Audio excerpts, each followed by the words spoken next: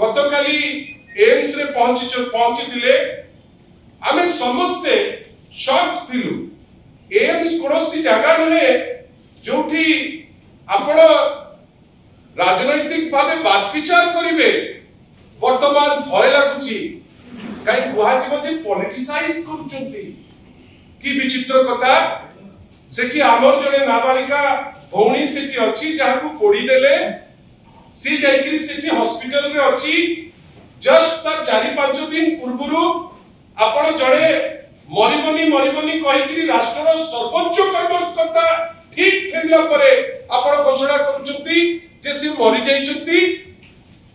हमर भय रहिबनी political party हिसाब रे जे 75% बॉम्ब कहउचंती काले याकू भी ता भलिया कर देबे, काले याकू भी ता भलिया ट्रीटमेंट करिवे। आपण माने कोंतु आमे करिथांतु कोन